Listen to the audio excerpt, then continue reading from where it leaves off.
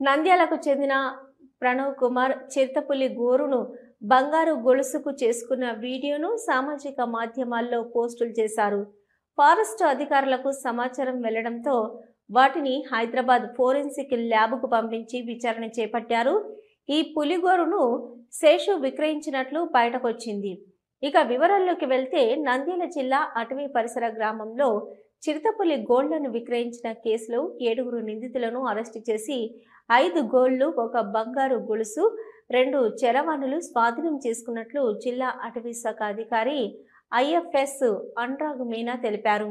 స్థానిక అటవీ శాఖ డివిజన్ కార్యాలయంలో ఆయన విలేకరుల సమావేశంలో వివరాలు వెల్లడించారు.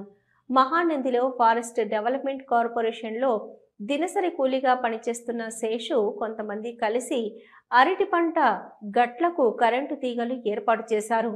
తీగలు తగిలి విద్యుత్ ఘాతకానికి గురై చనిపోయిన అడవి పందుల మాంసాన్ని విక్రయించేవారు. 2023 జూన్లో చిరుతపులి విద్యుత్ ఘాతానికి గురి కావడంతో చర్మాన్ని కాల్చి మాంసాన్ని తెలుగు గంగలో పడేసి 13 చిరుతపులి గోళ్లను విక్రయించినట్లు తెలిపారు. ఇక పద్మావతి నగర్లో ఉన్న శేషు, ప్రణవ్ కుమార్, రవితేజ, శివశంకర్ రెడ్డితో పాటు మరో 3 గురువారం అరెస్టు చేసి రిమాండ్కు తరలించినట్లు తెలిపారు. మొత్తం 10 మంది నిందితులు ఉన్నారని, పరారీలో ఉన్న 3 వద్ద మిగతా గోళ్లు ఉండవచ్చని తెలుపుతున్నారు. ఇక Nandyal ranger Nasheerja, Chalama ranger Udayesh, Gajalapalli ranger Srinivasulu, NGO organiser Sridhar, DRO Haimavathi, అటవీశాఖ అధికారులు నాగేంద్ర, శ్రీనివాసరెడ్డి, మద్దులేటి, విజయవర్ధన్ సిబ్బంది పాల్గొన్నారు.